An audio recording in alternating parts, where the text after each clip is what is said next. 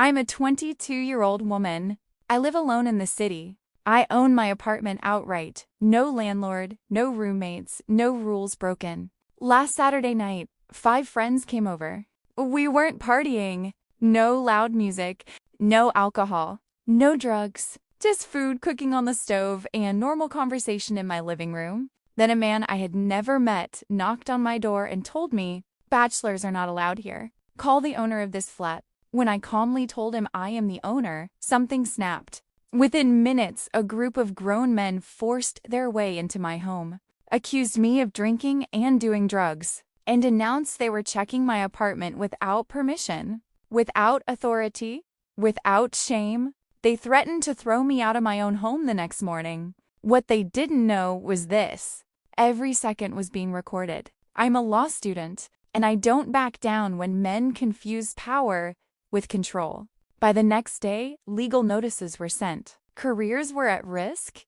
Positions on the society board were about to disappear. And this isn't just my story. It's about what happens when society decides a woman living alone needs supervision. It's about moral policing, abuse of power, and what happens when someone finally fights back. Stay till the end, because what I did next changed everything. I moved into that apartment when I was 21. Not because I had to, but because I could. It sat in one of the most prestigious residential societies in the city. The kind with manicured lawns, silent elevators, and people who smiled politely but watched closely. I didn't rent it. I owned it. My name was on the papers. Every square foot belonged to me. Living alone wasn't an act of rebellion for me. It was peace, quiet mornings, long nights of studying, the safety of knowing that the space I occupied was mine legally, emotionally, entirely. That Saturday night felt ordinary, comfortably so. 5 friends came over, 4 guys and 1 girl. We were all law students, exhausted from the week, craving something simple. No music blasting, no drink spilling, no smoke curling through the air. Just food sizzling on the stove and conversation flowing naturally, the way it does when people feel safe. At around 9:30 p.m., there was a knock. Not loud, not urgent, just firm enough to interrupt the moment. I opened the door to find a middle-aged man I didn't recognize.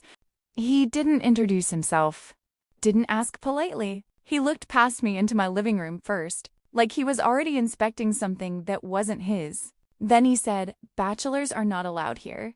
Call the owner of the flat you've rented." I remember blinking, not out of fear, but disbelief. "I am the owner," I said calmly, "and this is none of your business." For a split second, his face froze. And then I saw it, that sharp crack in his expression. Ego, bruised and bleeding. Without another word, he turned and walked away. I shut the door, thinking that would be the end of it.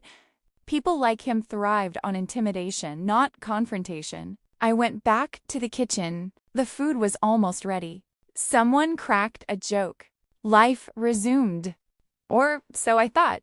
10 minutes later, the knock came again. This time, it wasn't 1 man. It was 4, maybe 5.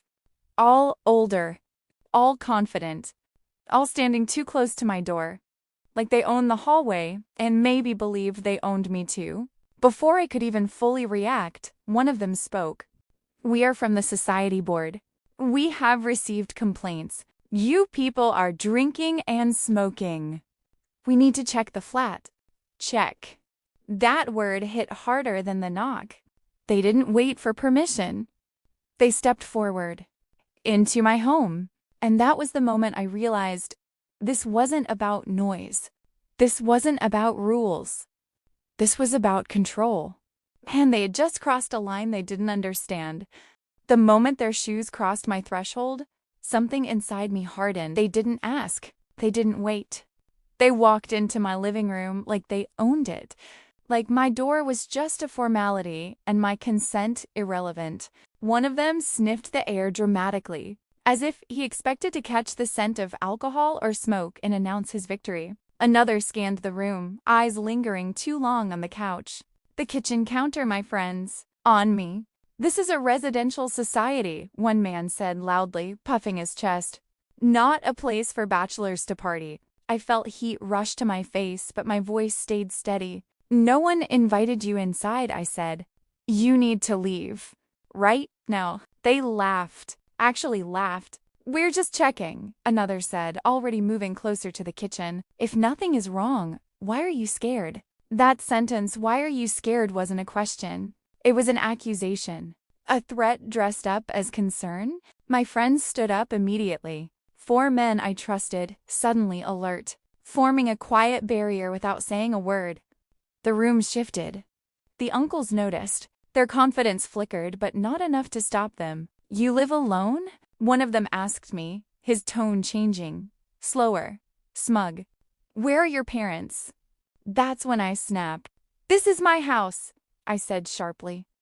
"I don't owe you explanations. You have no authority to be here. Leave before I call the police." That's when they played their favorite card. "We are the society," the first man said.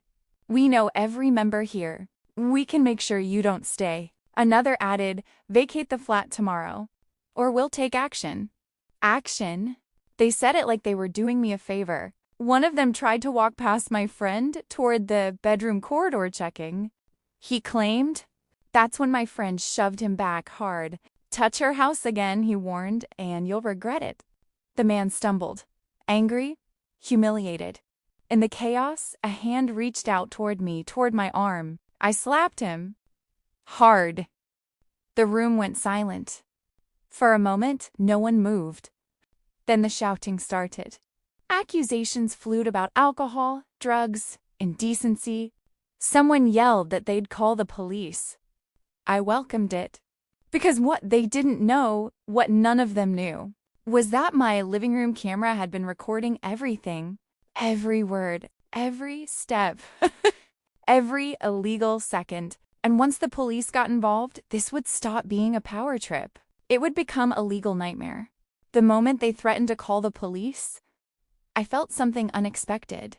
Relief. "Please do," I said, folding my arms. "Call them." That caught them off guard. People who abuse power expect fear, silence, apologies. They don't expect permission. One of the uncles stepped aside and dialed, speaking loudly enough for everyone to hear. He painted a dramatic picture, young people creating nuisance, drinking, smoking, disrespecting society rules. He made sure to mention bachelors, like it was a crime in itself. While he talked, I walked to the corner of the living room and glanced at the camera. The small red light blinked back at me, steady and silent. My father had insisted on installing it when I moved in. At the time, I'd thought it was overprotective. That night, it became my strongest witness. The uncles continued posturing. One lectured me about culture. Another warned my friends that their careers would be ruined. They spoke over me, around me. Never too Millie-like. I was a child who needed supervision. I said nothing. I didn't need to. When the police arrived, the energy shifted immediately. Uniforms do that. The uncles straightened up, suddenly respectable, suddenly calm. One of them rushed forward, shaking hands, explaining the situation like he owned it. "These people are disturbing the peace," he said. "We had to intervene." The officer turned to me. "Who lives here?" "I do," I said. "Are you renting?" "No, I own the apartment." That single sentence changed everything. The officer paused. "Can you show us the papers?" "I can," I replied evenly, "but I won't." They looked surprised. "No nuisance was caused," I continued. "You have no warrant." These men entered my home without consent. That is trespass. One of my friends spoke up calmly. "We're law students. We understand procedure." Silence fell again, but this time it wasn't hostile. It was cautious. The police asked the uncles who exactly they were. "Society board members," they claimed quickly. "We know everyone here." I smiled for the first time that night. "Then you should know," I said, "that I'm the owner of this flat, and that none of you had the legal right to step inside." The officer asked if there was proof of the alleged drinking or drugs. There was none. No bottles. No smoke. No mess. Just a kitchen full of food and a living room full of witnesses. One of the uncles muttered, "We'll see you tomorrow." I looked him dead in the eye. "You will," I said, because by morning, this wouldn't be a neighborhood dispute anymore. It would be a case. When the police finally left, the apartment felt different. Not quieter, heavier. The door clicked shut behind the last officer, and the echo of it lingered longer than it should have. My friend stood there for a moment, unsure what to say. Like people do after something unsettling has happened and no one wants to be the first to admit it mattered. Someone asked if I was okay. I nodded, even though my hands were still trembling. We cleaned up slowly. Plates stacked, stove turned off. Normal actions performed with abnormal awareness. Every shadow felt sharper. Every sound felt closer. The illusion of safety, the kind you don't realize you're living inside until cracks was gone. When my friends finally left, I locked the door behind them and leaned my forehead against it. That was when it hit me. They hadn't come because of noise. They hadn't come because of rules. They had come because I was a young woman living alone, and they thought that meant permission. Permission to question, permission to enter, permission to intimidate. I walked into the living room and sat on the couch, staring at the camera mounted near the ceiling. The tiny lens had seen everything. Their faces, their confidence, the moment their authority evaporated and turned into anger. I pulled up the footage on my laptop and watched it once. Then again, each replay made something clearer. This wasn't an isolated incident. It was a system, a quiet, accepted practice, disguised as maintaining standards, the kind of harassment that survives. Because most people don't fight back. I opened my email and began drafting messages. Not emotional ones, not angry ones. Precise, legal, controlled. By midnight, I had identified every man who had entered my apartment. Their names, their positions on the society board, their responsibilities ironically all centered around resident welfare. I thought about tenants, about students, about women new to the city, people without cameras, without legal knowledge, without the confidence or safety to say no. That's when my fear turned into resolve. They said, "We'll see you tomorrow." What they didn't realize was this. Tomorrow wasn't a threat. Tomorrow was a deadline, and by morning, the first legal notice would be sent. The morning came too quickly. I hadn't slept much, not because I was scared, but because my mind wouldn't slow down. Every detail from the night before replayed itself with forensic clarity. The way they stood in my doorway, the language they used, the confidence with which they crossed into my space. I didn't need to imagine what happened. I had evidence. I made coffee and opened my laptop. This was the part one was trained for. As a law student, I learned early that justice isn't loud. It's structured. It lives in documents, deadlines, and language that leaves no room for interpretation. I wasn't going to threaten anyone. I was going to notify them formally of the consequences of their actions. The first notice was addressed to the society itself. I outlined the facts. No opinions. No emotion. Just chronology, date, time, number of individuals, unlawful entry, intimidation, false allegations, police involvement, recorded evidence. I cited violations of basic property rights and resident safety obligations. Then I made the demand. Removal of every board member involved. Not a request, a demand. Failure to comply, I wrote, would result in a civil suit against the society under vicarious liability. I read it twice before sending it. Then I started drafting the individual notices. Trespass, criminal intimidation, nuisance, assault. Each notice was tailored. Each name matched to a specific action caught on camera. The man who tried to enter the bedroom corridor. The one who raised his voice inches from my face. The one who reached for my arm. I didn't exaggerate. I didn't soften anything either. By noon, I had sent 7 legal notices. 7 envelopes that would land on breakfast tables and office desks, forcing men who thought themselves untouchable to confront the fact that power doesn't come from age, gender, or position. It comes from the law. My phone started buzzing almost immediately. Unknown numbers, missed calls, messages that started polite and grew desperate by the hour. One man asked if we could resolve this internally. Another said there had been a misunderstanding. Someone suggested involving my parents, as if that would make me smaller. I didn't respond. By evening, the society's official WhatsApp group was on fire. Rumors spread faster than facts. Some residents supported me quietly.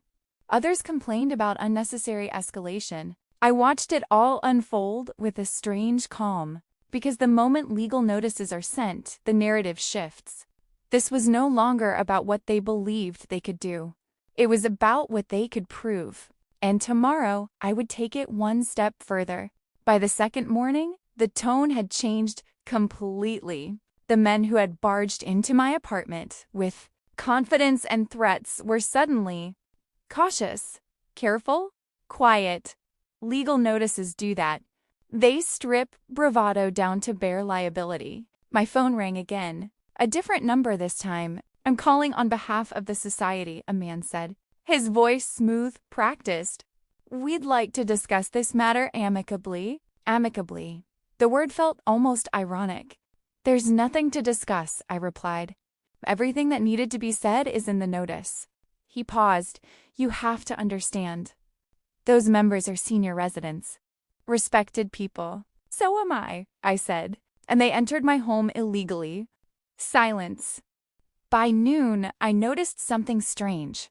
The same uncles who used to dominate the common areas were suddenly invisible. No morning walks in groups. No standing by the gate. No loud conversations near the elevators. Power, when challenged, often retreats before it reorganizes. Then the messages started coming from residents I'd never spoken to before. Some apologized on behalf of the society. Others thanked me quietly. One woman messaged late at night, saying she wished she'd had my courage years ago. She didn't go into detail, but she didn't need to. At 4 p.m., I received an email from the society's legal counsel. They requested time. Time to investigate. Time to review internal processes. Time to maintain harmony. Harmony, apparently, mattered more than consent. It didn't? I replied with one line. The deadline mentioned in the notice remains unchanged. That evening, one of the men came to my door alone. No entourage, no authority, just a knock. I didn't open it. He spoke through the door, voice low. "This has gone too far. You're ruining reputations." I leaned against the wall, heart steady. "You ruined your own," I said. "The moment you walked in." He left without another word. Later that night, I reviewed the footage again, not because I needed to, but because I wanted to remember who they were before fear taught them restraint. I saved backups, multiple copies, cloud storage, hard drives. Preparation isn't paranoia when you know how systems work. Tomorrow I would file the suit. And once paperwork becomes public record, control changes hands permanently. They had tried to teach me a lesson. Instead, they were about to learn one. By the third day, the society no longer felt unified. What had once been a carefully managed illusion of order began to fracture. Conversations lowered when I entered the elevator. People who used to avoid eye contact now studied me openly, curiosity replacing judgment. The narrative had slipped out of the board's control. The emergency society meeting was announced that afternoon. Mandatory attendance, the notice read. To address recent events. Recent events. Not illegal entry. Not harassment. Language once again doing the work of denial. I arrived early and sat in the second row, alone. The room filled slowly. Residents whispered in clusters. Glancing toward the front where the board members sat stiffly behind a long table, the same men who had invaded my apartment now avoided my eyes. Their confidence had thinned, stretched tight over visible fear. The secretary cleared his throat and began with a rehearsed statement about community values and misunderstandings. He spoke at length without saying anything at all. Then someone raised their hand. A middle-aged woman stood up. Her voice shook at first, then steadied. "Is it true," she asked, "that board members entered a resident's flat without permission?" The room went silent. The secretary hesitated. "We were responding to a complaint. That's not what I asked," she said. "Did they enter?" All eyes turned forward. Another resident spoke up, then another. Questions stacked. Stories emerged. Small incidents, warnings, discomfort. Brushed aside for years in the name of respectability. I hadn't planned to speak, but when the secretary finally gestured toward me, I stood. "I don't want apologies," I said calmly. "I want accountability. My home was entered illegally. I was threatened, and I have it all on record." Murmurs spread like a ripple through water. One of the uncles tried to interrupt me. "You're exaggerating." I didn't raise my voice. "You crossed my threshold without consent. That's not exaggeration. That's trespass." The legal notices were mentioned. The pending suit followed. The room shifted, collective realization dawning that this wasn't gossip. It was a legal risk.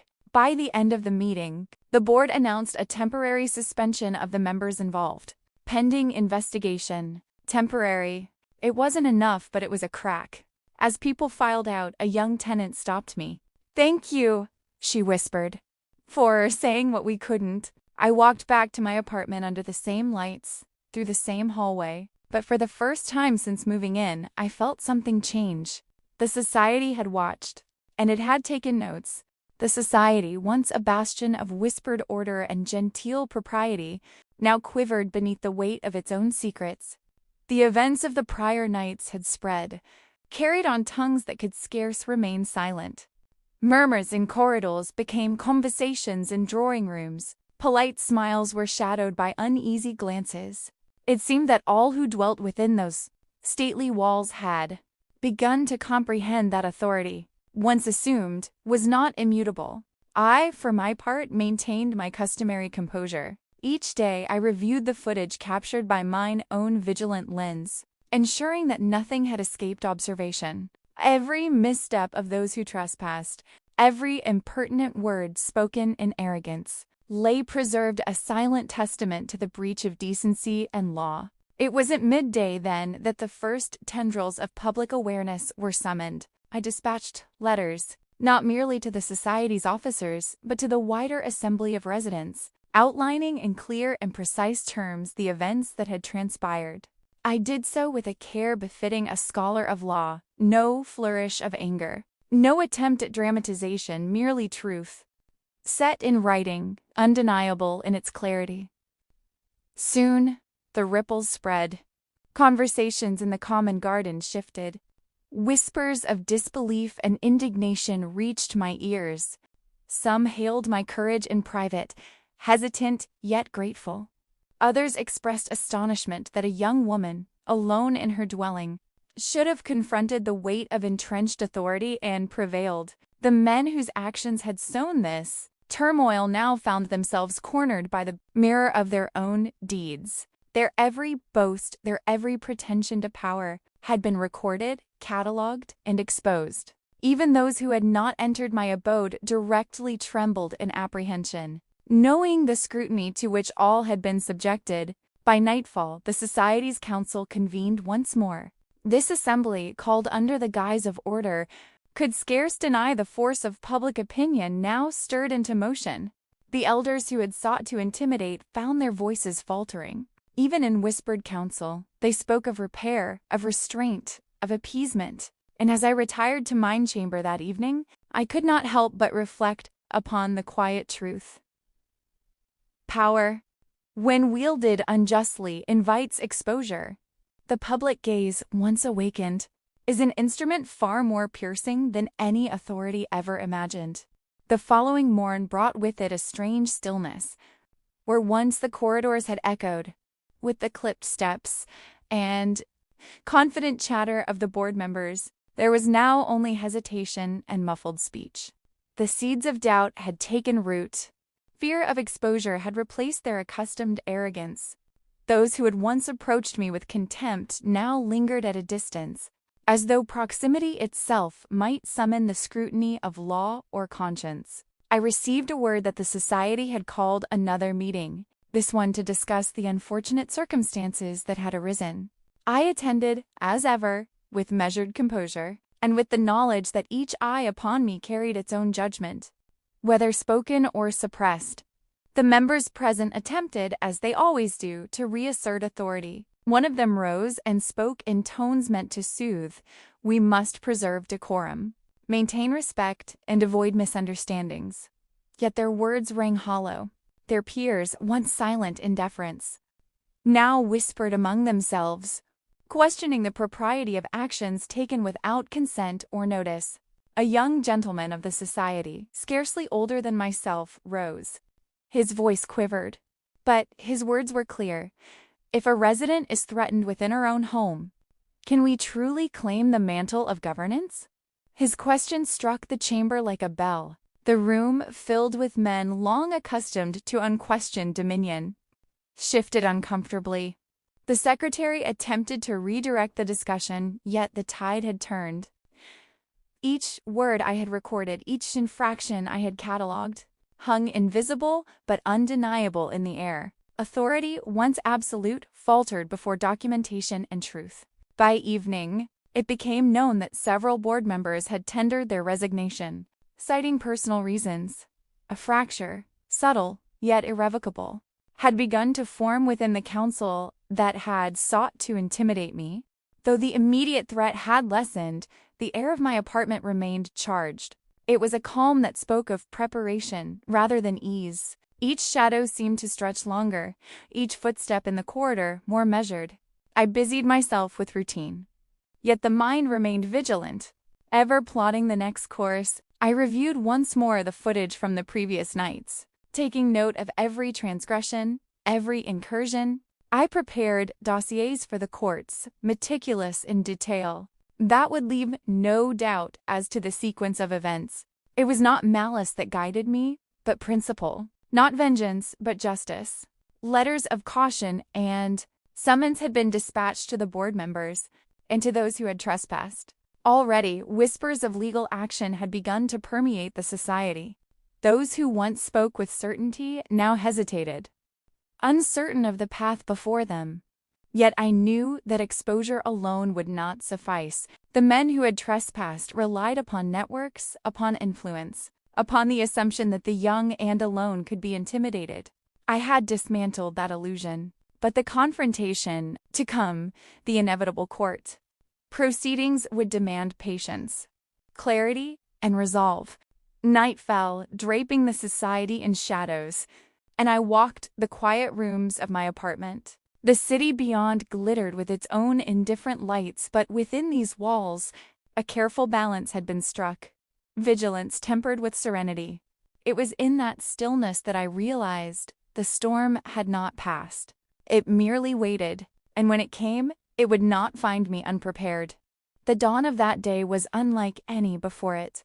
The city stirred as usual, oblivious to the quiet war that had been waged behind closed doors in the stately society. Yet within the confines of mine apartment, a storm had been meticulously prepared. A storm not of fury, but of law.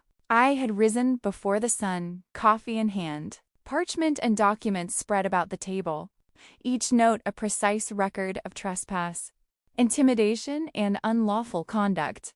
The legal notices sent previously had stirred ripples. By now, their effect had begun to manifest. Phone calls, whispered inquiries, and hurried consultations.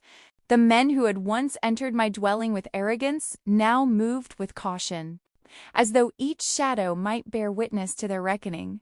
It was a spectacle of human nature, revealing fear where once there had been overconfidence. By mid-morning, I prepared the first formal civil filing.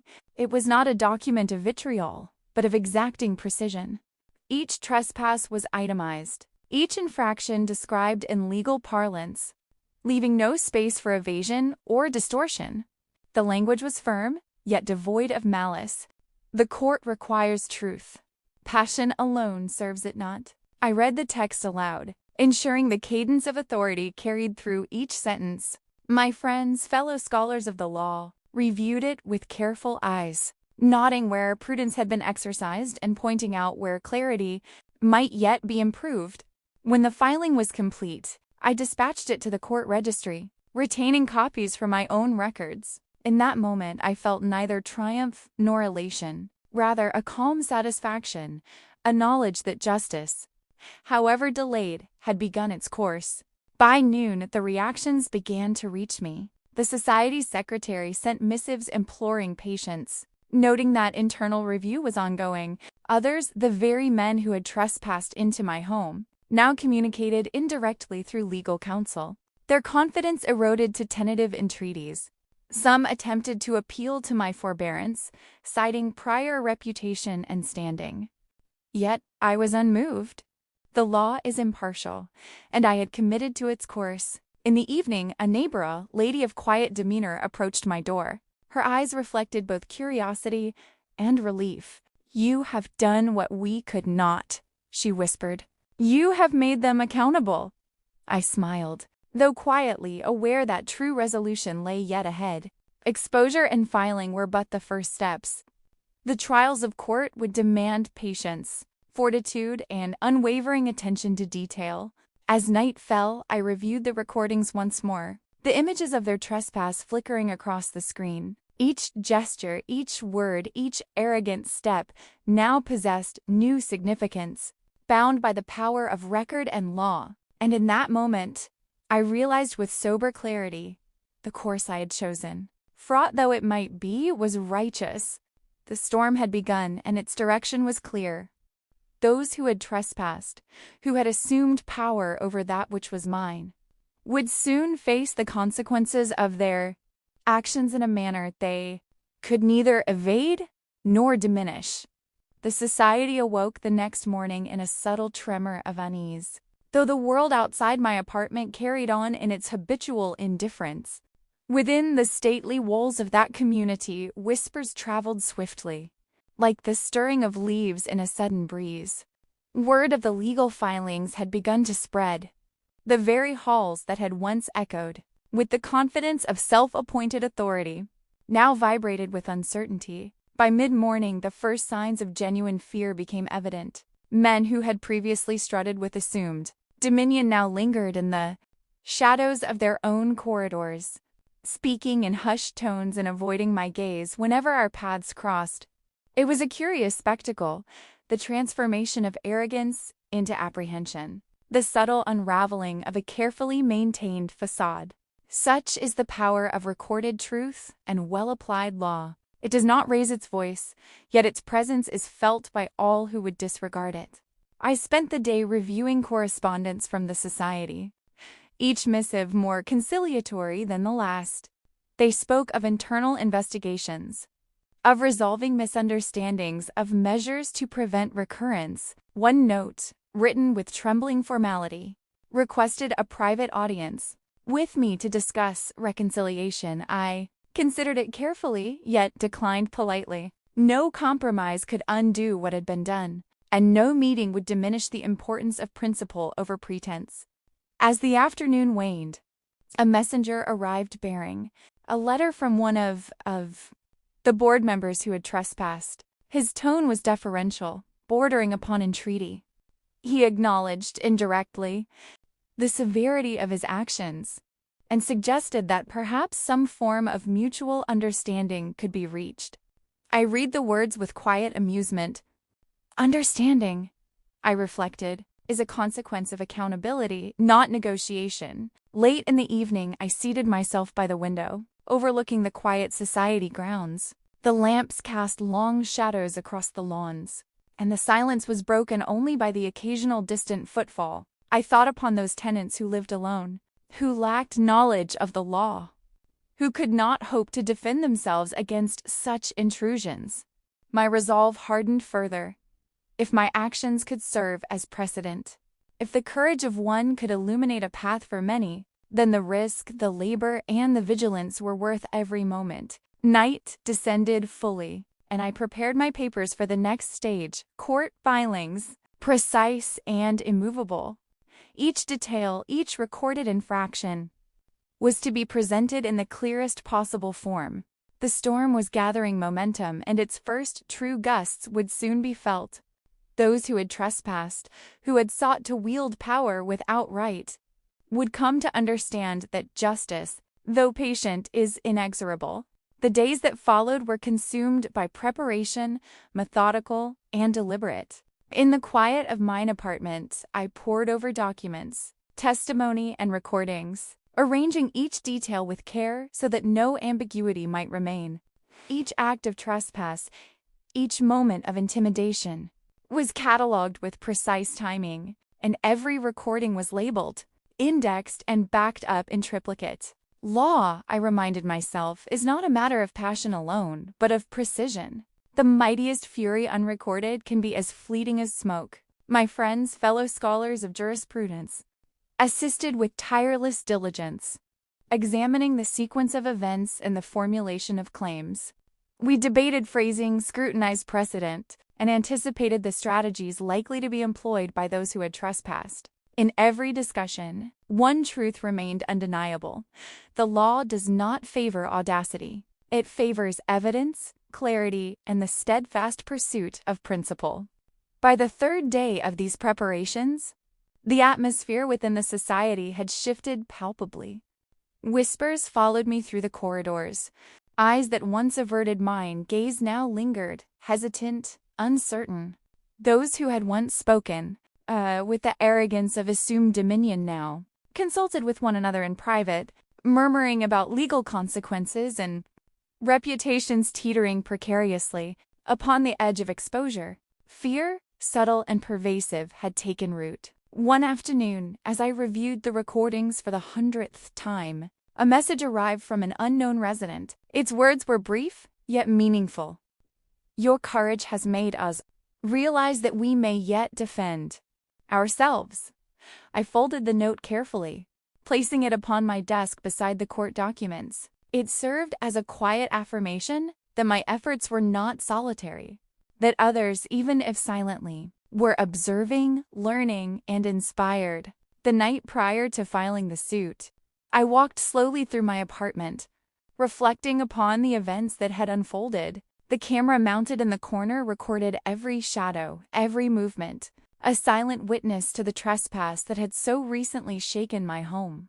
I considered those who, lacking knowledge, might suffer similar indignities and vowed that my case would serve not only as retribution, but as precedent, a beacon for those who dwell alone, young and vulnerable, yet capable of defending what is rightfully theirs. Finally, I organized the bundles of documents, the meticulous schedules and copies of every recording. I drafted the formal filing with care, ensuring each phrase bore the weight of truth, each accusation the clarity of evidence. In that quiet moment, as candlelight flickered upon the pages, I realized the battle was no longer theoretical. The storm was upon them. The law, patient and impartial, would now speak. The morn arrived with the chill of early winter, and with it, the summons. It came upon my table with a quiet authority, a folded sheet of official parchment stamped with the seal of the court, bearing my name and the names of those who had trespassed into my home.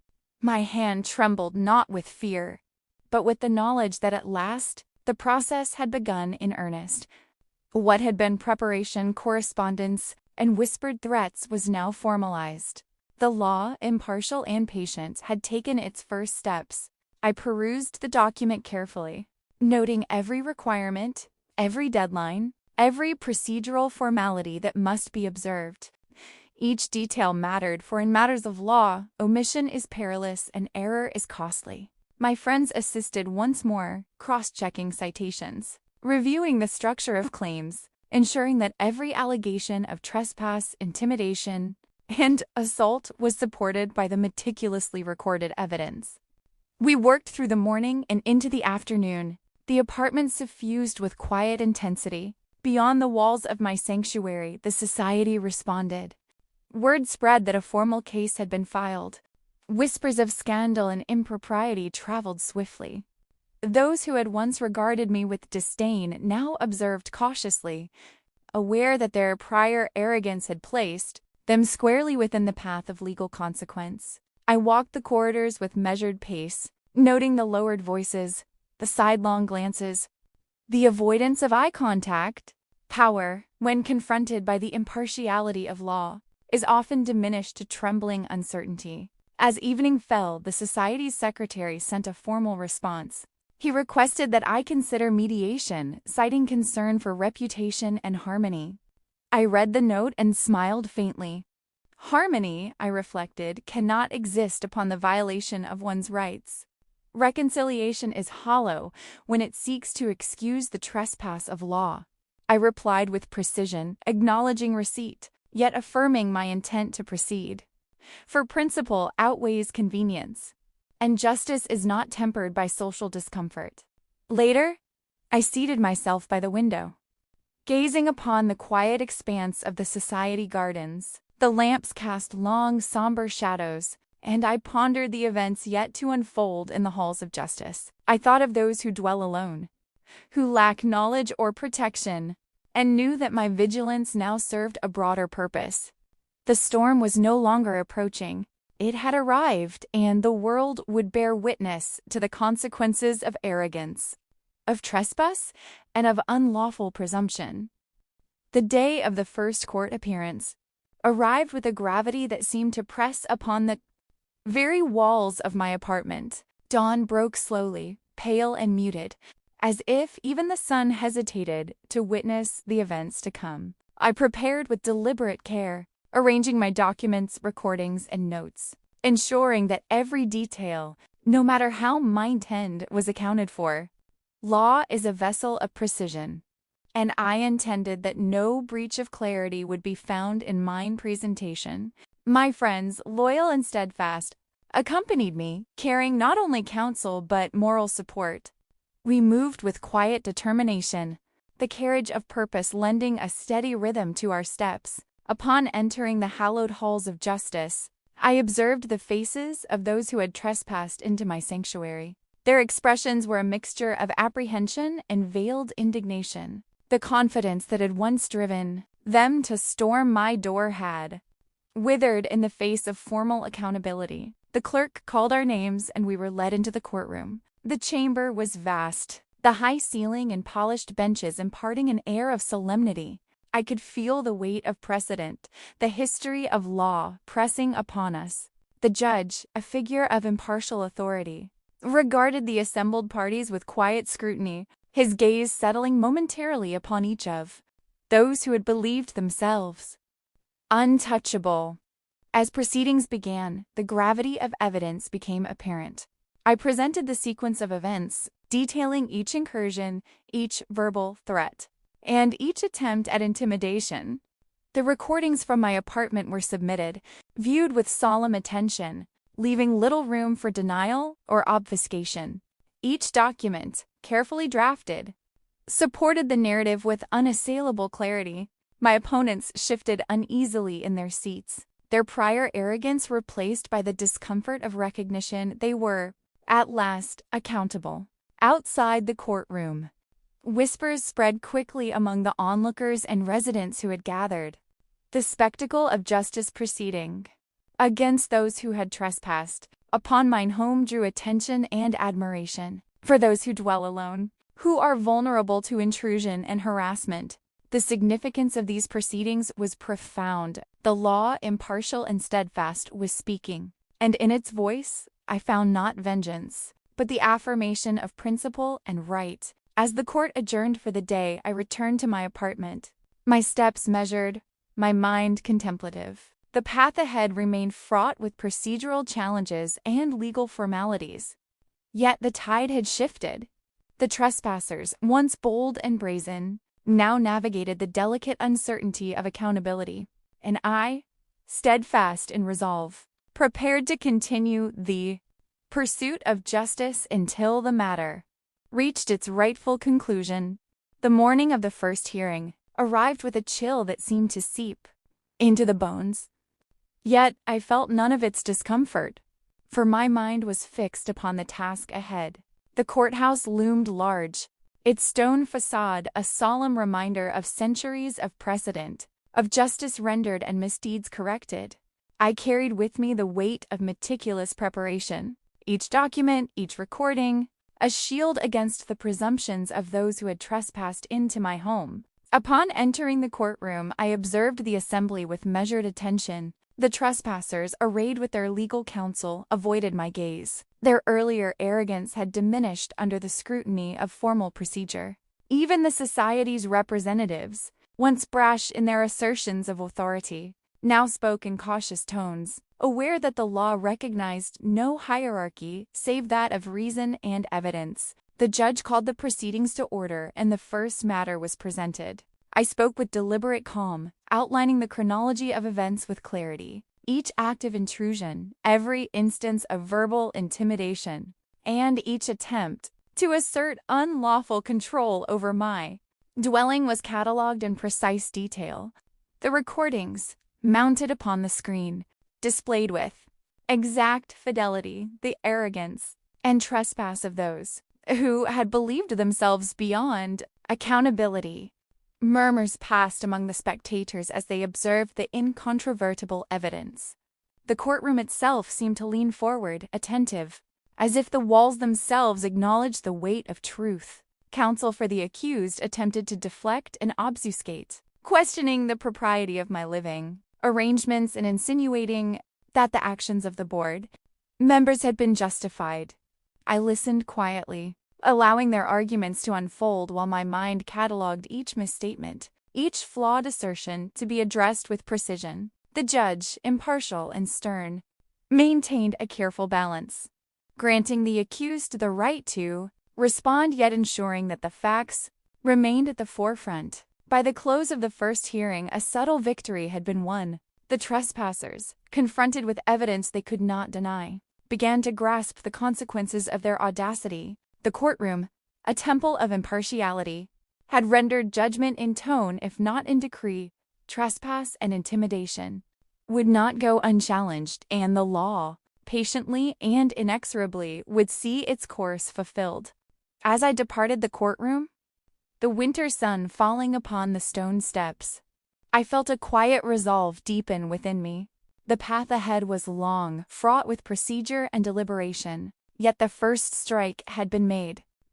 Justice, meticulous and deliberate, had begun its inexorable march, and I would see it through to its rightful conclusion. Upon my return to the society that evening, I perceived that the air itself had grown heavy with tension. The events of the morning's hearing had traveled swiftly through corridors and stairwells, borne upon whispered conversations and furtive glances. Those who had once moved with assured dominance now spoke in muted tones, consulting one another in secrecy, as though the weight of accountability had been placed squarely upon their shoulders. In the common hall, I noted the furtive actions of the men who had previously trespassed. Their confident strides had been replaced by cautious steps. Their words, once brash, now faltered under observation. They avoided my gaze, aware that each resident who noticed their demeanor would recall the evidence presented in court. Reputation, once thought impervious, had begun to crack under the pressure of scrutiny and law. I spent the afternoon reviewing correspondence from the society and its members. Several residents had sent letters expressing quiet support, acknowledging their discomfort with the board's prior conduct and expressing hope that justice would prevail. Others, less courageous, merely observed from the shadows, waiting to see the outcome before revealing their positions. I welcomed the support, knowing it was a testament to the broader significance of this case. It was no longer merely about mine own dwelling, but about the principle that no resident, regardless of age, gender, or position, could be subjected to unlawful intrusion. By evening, the society convened an emergency meeting, this time without the presence of those who had trespassed, at least openly. The secretary addressed the assembly, attempting to restore a semblance of authority, yet his words fell flat against the tide of murmured apprehension. Residents questioned the propriety of prior actions, and some demanded clarification on the measures being taken to ensure respect for individual rights. The room, once dominated by the board's unchallenged authority, now reflected a more cautious, reflective community. As I walked through the quiet corridors later that night, I reflected upon the transformation that had begun. Fear, tempered by accountability, had begun to replace arrogance. Truth, enforced by law and evidence, had begun to erode the illusion of untouchable power. The storm was far from over. Yet each step I took, each document filed, each testimony preserved reinforced the certainty that justice, when pursued with patience and principle, cannot be denied. The days following the first hearing revealed a new and striking reality. Desperation had begun to settle upon the members of the society board, those who had trespassed into mine home. Once confident and imperious, now moved with care, their words measured and their gestures restrained. The law, impartial and unwavering, had begun to strip them of their assumed dominion, revealing the vulnerability that arrogance often conceals. Whispers reached mine ears of hurried consultations, of private meetings held in shadows, of letters composed with trembling hands and cautionary phrases. Their counsel urged compromise, restraint, and avoidance of further scrutiny. Yet no act of appeasement could erase the evidence so meticulously gathered. Each recording, each document, each sworn statement bore witness to their unlawful incursion, and the weight of it pressed upon them relentlessly. In the evenings, I continued my review of the records, ensuring that every infraction had been preserved with accuracy and clarity. My friends, loyal and diligent, assisted with patience and precision, cross-examining each item and anticipating potential challenges that might arise in them. Forthcoming hearings, we discussed strategy with calm deliberation, knowing that victory lies not in haste, but in preparation and measured action. Meanwhile, the atmosphere within the society had grown tense. The residents, long accustomed to the authority of the board, now observed with scrutiny. Conversations that had once been dominated by deference now carried undertones of inquiry and doubt. Questions were asked about propriety, about respect for the rights of individuals, and about accountability. The once unassailable board found its influence waning, even among those who had previously offered quiet compliance. One evening, a note was left at my door by a neighbor, a small token of encouragement and admiration. "You have shown that the law is for all," it read.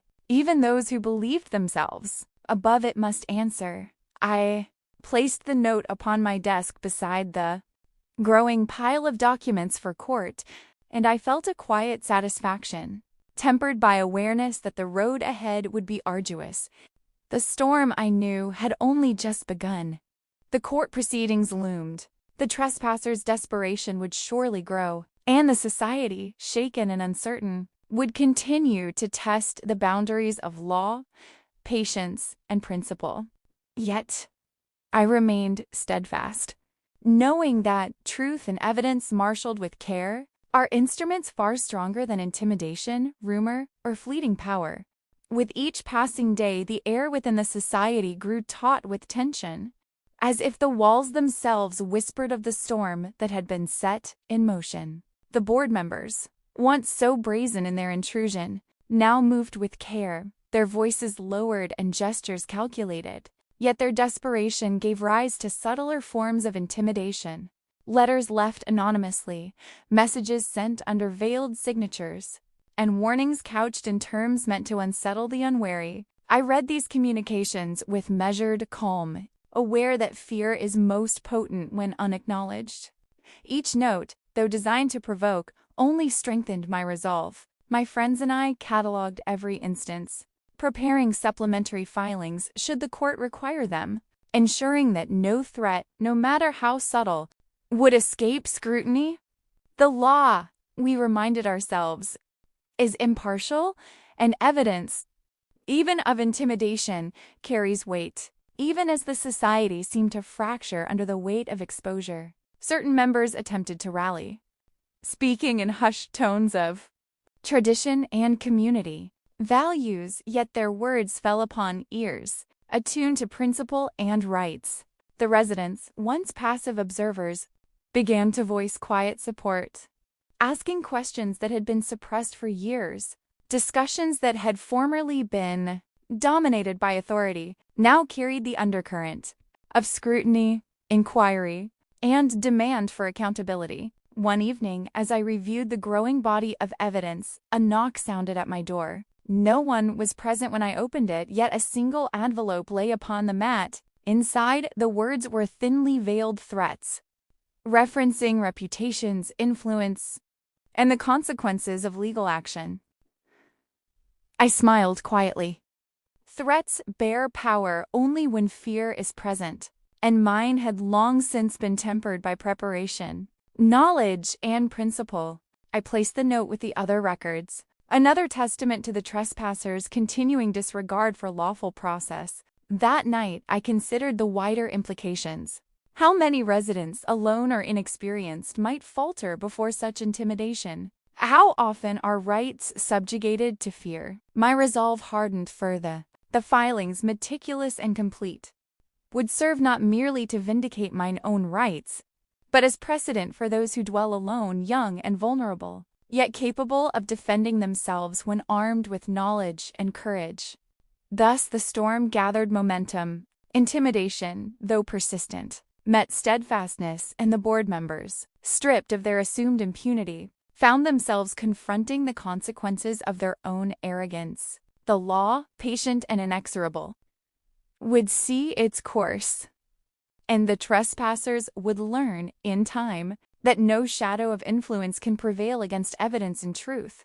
By the 20th day since the filing of the suit, the society had grown restless with anticipation. Every step upon the corridors, every gathering in the common hall, carried a sense of muted vigilance. Whispers passed swiftly from door to door, and the faces of those who had once exercised authority bore the unmistakable mark of anxiety. The trespassers, aware that the court's process would not bend to arrogance or social standing, consulted in private, their deliberations hurried and cautious. I, meanwhile, maintained a demeanor of measured calm. My days were filled with the careful review of documents, the drafting of supplementary filings, and the cataloging of communications received from residents and the board alike. Each letter, each message, each note of intimidation or counsel was preserved with scrupulous attention, a testament to both diligence and foresight. Law, as I reminded myself, thrives on clarity and evidence, not on fury or emotion. The atmosphere among the residents had shifted as well. Those who had previously deferred to the board now spoke in tones of inquiry and subtle challenge. Questions were asked in communal spaces about rights, responsibilities, and the proper limits of authority. Small gatherings of tenants discussed the events of the past weeks in hushed but determined voices, a chorus of awareness forming where silence had long reigned. My actions, though taken for my own protection, had begun to illuminate the path of justice for others. Late in the afternoon, a small group of residents approached me in confidence. Their voices trembled, yet they spoke with gratitude. "We never imagined," one said, "that standing alone could carry such weight. You have shown us that the law is not distant or abstract, is present, and it can protect us." I received their words quietly, yet inwardly a sense of solemn satisfaction stirred. It was not victory nor pride that I felt, but the certainty that principle steadfastly pursued casts light even in the shadows of fear. As evening fell, the society seemed to hold its collective breath. Those who had trespassed, once bold and brash, now moved cautiously, aware that every misstep could be documented and presented. The storm of legal process had reached the society's very doorstep, and the inevitable reckoning loomed. I retired to my chambers, prepared for the next stage, resolute in the knowledge that justice, patient yet inexorable, would advance with unerring precision. The day of the next hearing arrived with a solemnity that pressed upon the soul. The courthouse, a grand edifice of stone and history, seemed to hold its breath, as if aware of the magnitude of the proceedings within. I entered with measured steps, carrying the weight of my documentation, recordings, and careful notes. Each item had been prepared with deliberate attention, for in law, precision is mightier than passion. and evidence trumps bravado. Inside the chamber, the trespassers and their counsel awaited, their faces betraying unease beneath forced composure.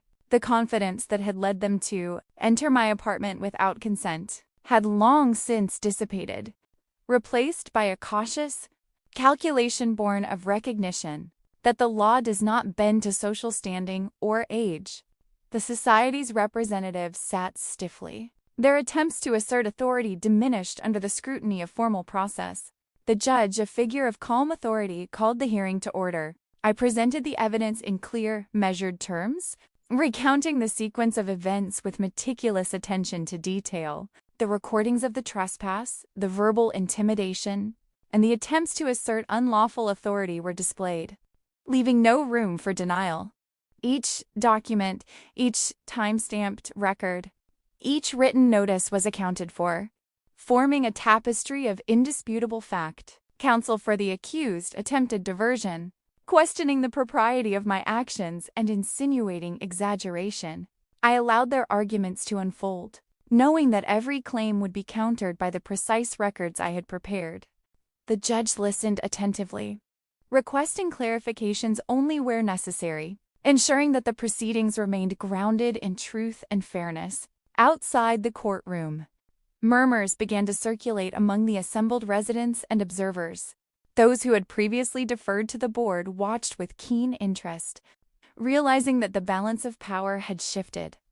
Within the chamber, even subtle gestures of intimidation from the trespassers faltered under the weight of law and evidence. I observed quietly, heart steady, for the storm had indeed arrived and the path of justice, though slow, was inexorable. As the hearing adjourned for the day, I walked the steps of the courthouse with measured calm. The trespassers, now subdued and wary, were forced to confront the reality of their actions. The society, shaken by exposure and accountability, would no longer command unquestioned authority. And one, resolute and prepared, understood that the pursuit of principle, patient and steadfast, would endure until the law had spoken fully and unmistakably. Upon my return to the apartment that evening, the society seemed to breathe with a subtle unease, as though every corridor and hallway had absorbed the tremors of the morning's proceedings. The residents, once accustomed to the unquestioned authority of the board, now observed with guarded attention, their voices carrying undertones of inquiry where only deference had existed before. Even the youngest tenants, those who had previously remained silent in fear or indifference, now lingered in hushed discussion, pondering the implications of accountability and law. The trespassers themselves moved with evident caution. Once brash and assured, they now consulted in private, speaking in tones measured and low, mindful that their actions had been documented and would be presented before the court with unerring clarity. Letters of counsel and veiled warnings had little effect, for the truth of their intrusion lay recorded in indelible form. Each recorded gesture, each imperious word spoken without permission, now bore consequences beyond their control. I spent the remainder of the day reviewing supplementary documents, ensuring that every detail, every motion, every communication was properly catalogued. My friends assisted in cross-referencing and refining each statement, so that no ambiguity could be exploited. Law, I reminded myself, is neither quick nor forgiving. It moves with deliberation, yet its course is inexorable. Preparation and precision are its instruments, and in their mastery lies power greater than intimidation or influence. Later, a small group of residents approached, speaking quietly yet earnestly. Your courage has shown us that no one, however powerful, is beyond accountability, they said. Their words were brief, yet carried a weight that resonated deeply within me. The realization that my actions had begun to inspire awareness, and even courage, among those who had remained silent for years, lent a renewed determination. This was no longer merely a personal defense, it had become a quiet illumination of principle within the society. Night descended, draping the stately halls in shadow, and I walked slowly through my apartment, reflecting upon the unfolding consequences. The trespassers, once unyielding in arrogance, now contended with the certainty of law.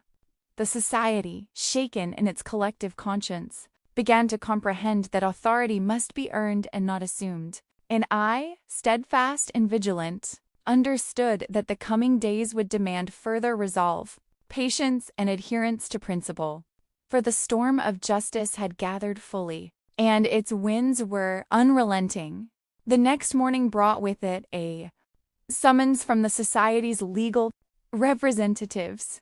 They sought to contest the claims I had filed, attempting, with careful language and polished rhetoric, to diminish the weight of the evidence I had so painstakingly assembled. Yet their words, though adorned with airs of authority, bore little power against the certainty of meticulously recorded truth.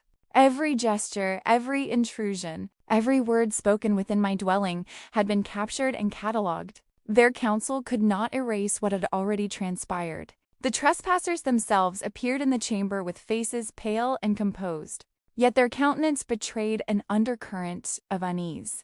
Confidence, once a cloak they wore with ease, had been stripped away by the impartiality of law and the meticulous precision of evidence. I observed quietly, noting the subtle hesitations in their responses, the faltering in speech, the nervous consultation with their attorneys. Every moment reflected the transformation that exposure brings to arrogance untempered by conscience. I presented my case with measured clarity, recounting each act of intrusion and verbal intimidation with deliberate care. The recordings of the trespass, the documentation of threats, and the statements of witnesses formed a cohesive narrative, leaving no room for doubt.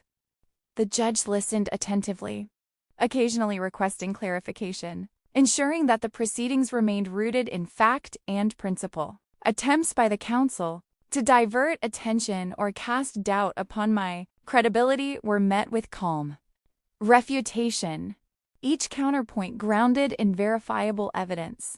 Outside the courtroom, murmurs traveled among residents and observers. Those who had long deferred to the authority of the board now watched with keen interest, realizing that the imbalance of power had been challenged, perhaps irreversibly. Among whispered conversations, words of admiration for my diligence and resolve spread, alongside questions about how similar injustices might be prevented in the future. My pursuit, I understood, had become more than personal. It was shaping awareness, setting precedent, and inspiring cautious vigilance within the society. As evening fell and I returned to my apartment, I reflected upon the events of the day. The trespassers, confronted with irrefutable evidence, were forced to reckon with consequences they had never anticipated.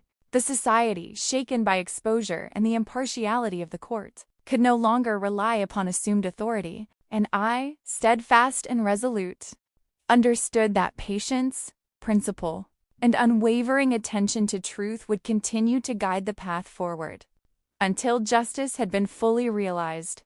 The days following the latest hearing revealed the board in a state of growing unease. Those who had once moved with brazen confidence now lingered in private rooms, speaking in hushed tones, their gestures cautious and measured. The law, impartial and steadfast, had exposed their trespass and arrogance, and the weight of accountability bore heavily upon them. Letters were sent, consultations held, and strategies devised, yet all were tempered by the knowledge that evidence meticulously preserved could not be dismissed. The society itself seemed to shift beneath the pressure. Conversations in common areas carried undertones of reflection and subtle inquiry. Residents who had once deferred, unquestioningly, now spoke quietly among themselves, questioning the propriety of authority exercised without consent. Eyes followed the board members' every step, and murmurs of disapproval rippled beneath the surface of polite decorum. What had been unquestioned power now stood vulnerable, subject to scrutiny and the impartiality of law. In my apartment, I continued to review the growing body of evidence, cross-referencing recordings, correspondence, and witness statements. My friends, ever diligent, assisted with patience and precision. ensuring that no detail was overlooked. Every note of intimidation, every verbal affront, and each unpermitted intrusion was catalogued for presentation in court. The pursuit of justice, I reminded myself, is neither swift nor easy. It requires patience, clarity, and unwavering resolve. Late in the afternoon, a resident approached me discreetly. Her eyes shone with a mixture of curiosity and admiration. "Your courage has made us realize that authority must be earned, not assumed," she whispered. I nodded in quiet acknowledgement, aware that the impact of my actions extended far beyond my own dwelling. The pursuit of principle, even when undertaken alone, could inspire awareness and caution throughout the society, ensuring that others might be protected from similar trespass or harassment. As night descended, I walked through my apartment, reflecting upon the unfolding consequences. The trespassers, once emboldened by assumed dominion, now faced the relentless impartiality of the law. The society, shaken by exposure and the certainty of accountability, would no longer move with the ease of unchallenged authority, and I, steadfast in resolve, prepared for the next stage, knowing that justice, patient yet inexorable, would continue to unfold until all wrongs had been addressed. The weeks that followed saw the society's board unraveling, in ways subtle and unmistakable. Those who had trespassed into my apartment, once united in arrogance, now debated in hushed secrecy. Meetings that had formerly been dominated by forceful assertion became fraught with tension, as fear of legal consequence shadowed every word. Their counsel urged caution, compromise, and restraint. Yet the knowledge that every action had been documented left them constrained and wary. The society's residents, long silent or deferential, now observed with sharp attention. Whispered conversations, once fleeting and cautious, now carried conviction. Questions were posed regarding the limits of authority, the proper respect for individual rights, and the accountability of those entrusted with governance. Even the younger tenants who had previously remained passive now spoke, tentatively at first, yet increasingly with confidence. My actions had illuminated the pathway for them, revealing that the law, impartial and patient, favors the diligent and prepared. Within my apartment, I meticulously reviewed the evidence and prepared supplementary documentation for the upcoming hearings. Each recording of intrusion, each verbal affront, each attempted intimidation was catalogued with precision. My friends, fellow scholars of the law, assisted in analysis, ensuring that every detail would withstand scrutiny and that every argument made in court would be supported beyond question. The meticulous preparation was not born of pride, but of necessity, for the law is exacting, and only clarity and evidence carry weight. Late in the evening, a small gathering of residents came to me quietly. Their voices were filled with gratitude and respect. "We have lived in fear of authority unchecked for years," one said. "Your steadfastness shows us that rights can be defended, and that trespass cannot prevail." I received their words with quiet acknowledgement, aware that my actions had begun to influence a broader understanding, extending beyond mine own case to shape awareness and courage among others. As night fell, I considered the inevitability of the forthcoming court proceedings. The trespassers, already uneasy and cautious, now faced the inexorability of law and principle. The board, fractured and wary, could no longer operate with the ease of former authority, and I, vigilant and prepared, understood that the storm of justice would continue to unfold, deliberate and relentless, until accountability was achieved and the rights of all residents, present and future, were safeguarded. The morning of the next hearing arrived, with a solemn gravity that seemed to weigh upon the very air of the courthouse. I entered with measured steps, documents in hand, each piece of evidence meticulously organized, every recording catalogued, each correspondence preserved. The trespassers and their counsel awaited, their expressions betraying a mix of apprehension and forced composure, the confidence that had once emboldened them to enter my dwelling without consent had long since dissipated under the scrutiny of law.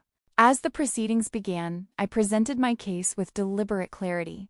Every act of intrusion, each attempt at intimidation, and all verbal affronts were recounted with precision. The recordings, played for the court, captured the trespassers' arrogance and unwarranted presumption in stark detail.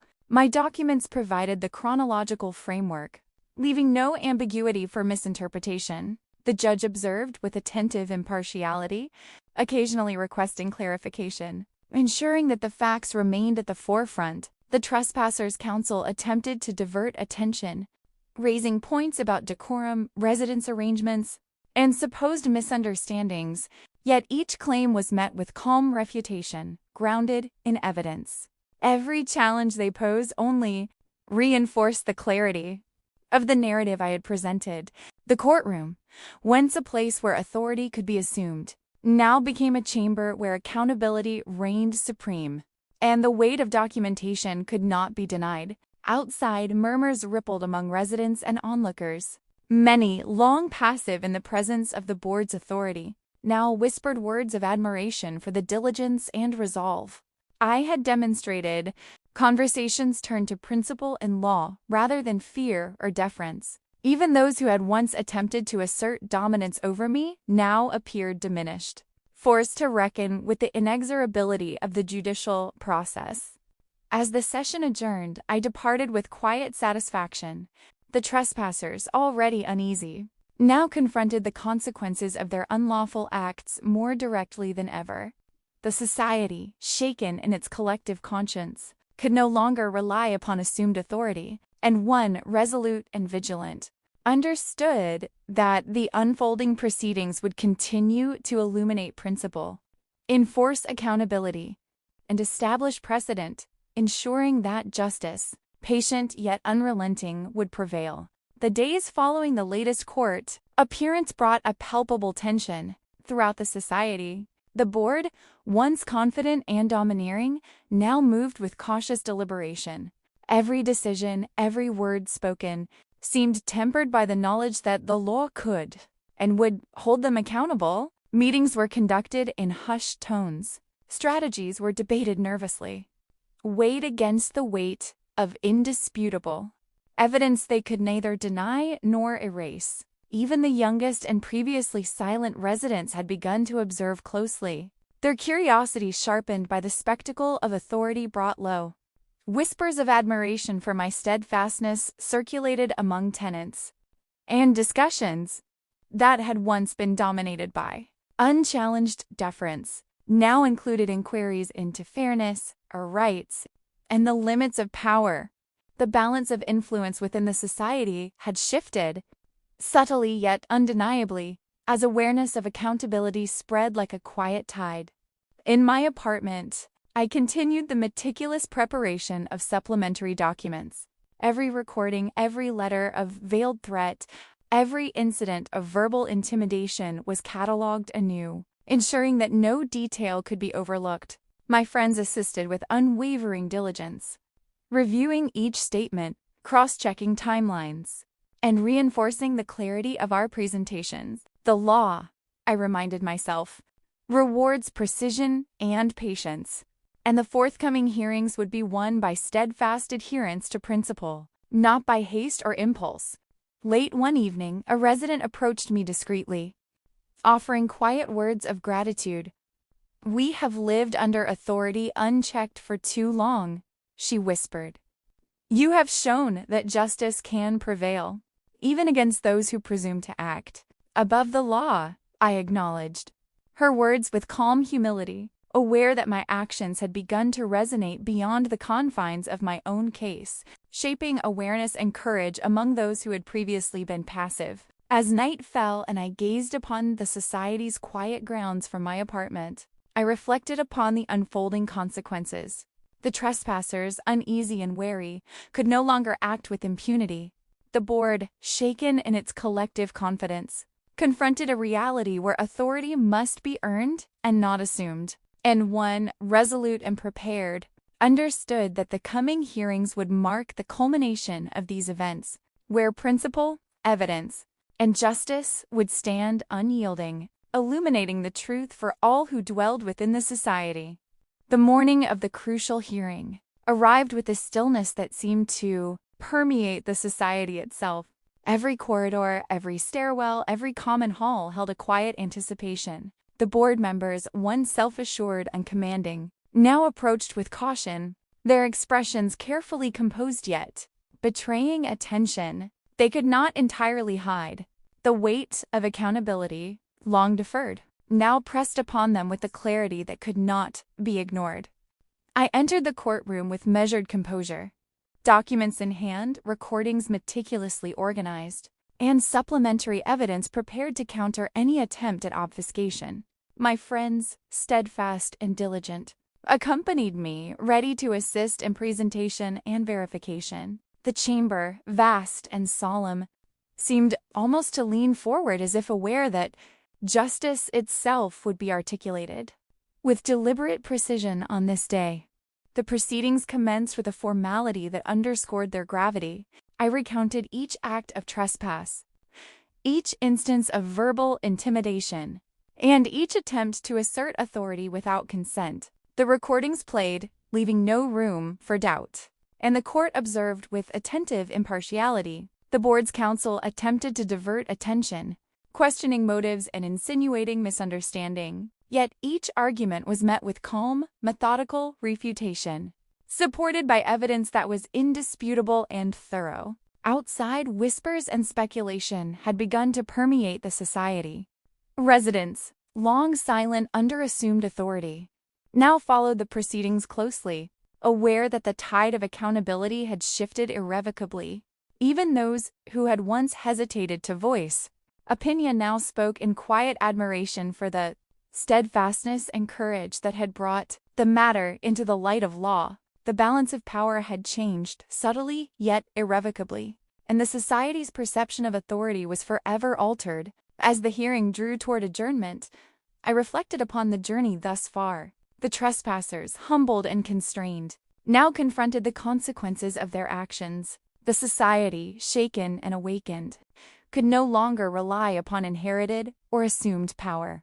And one, resolute and vigilant, understood that the law, patient and impartial, would continue to unfold its course, ensuring that justice, clarity, and principle prevailed over arrogance, intimidation, and unlawful presumption. The day of final arguments arrived, with an air of solemnity that seemed to pervade every corner of the courthouse. The trespassers and their counsel entered with cautious steps, their once assured demeanor replaced by measured composure. The weight of weeks of preparation, documentation, and the impartial scrutiny of law now bore down upon them. Every whispered threat, every attempt to intimidate, and every act of unauthorized intrusion had been meticulously recorded, catalogued, and presented. There was no room for evasion. I approached the bench with deliberate calm, each movement precise and intentional. The judge, embodying centuries of impartiality, regarded the parties with attentive consideration.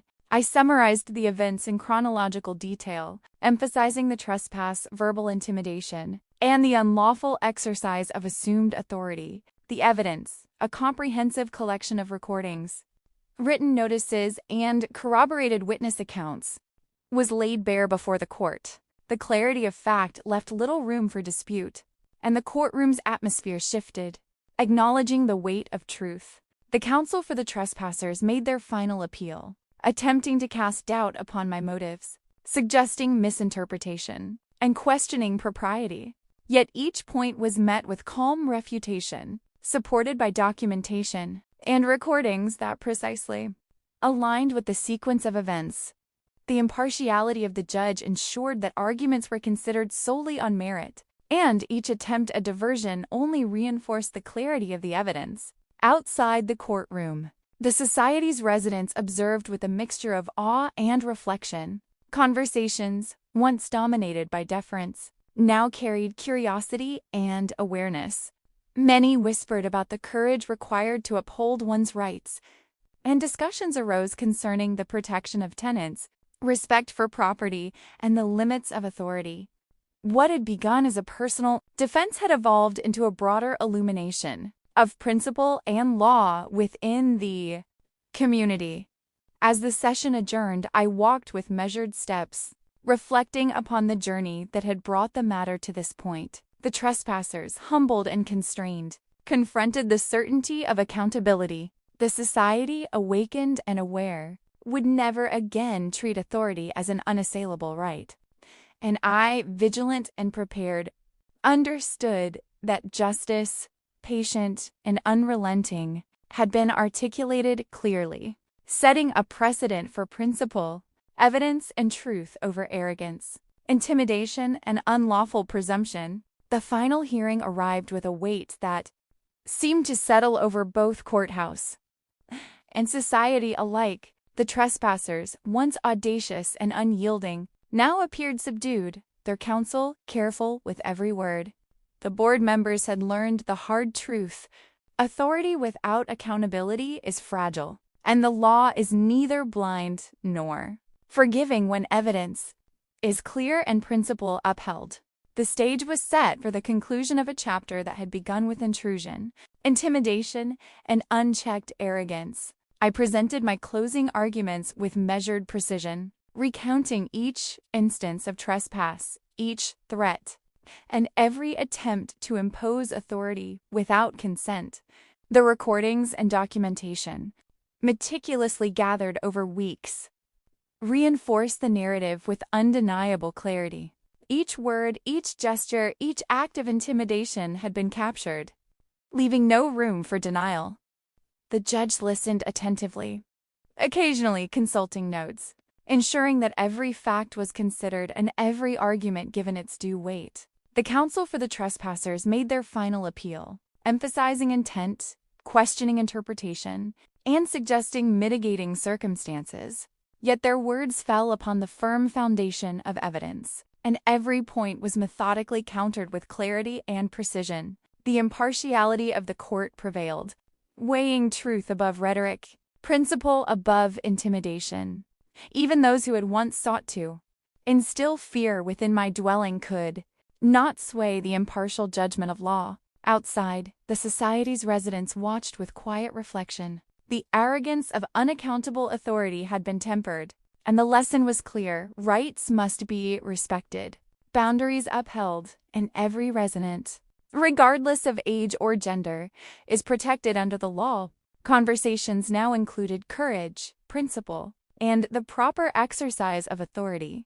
What began as a personal defense had become a broader illumination, inspiring awareness and fostering accountability within the community. As the judgment was pronounced, justice had been articulated in unequivocal terms.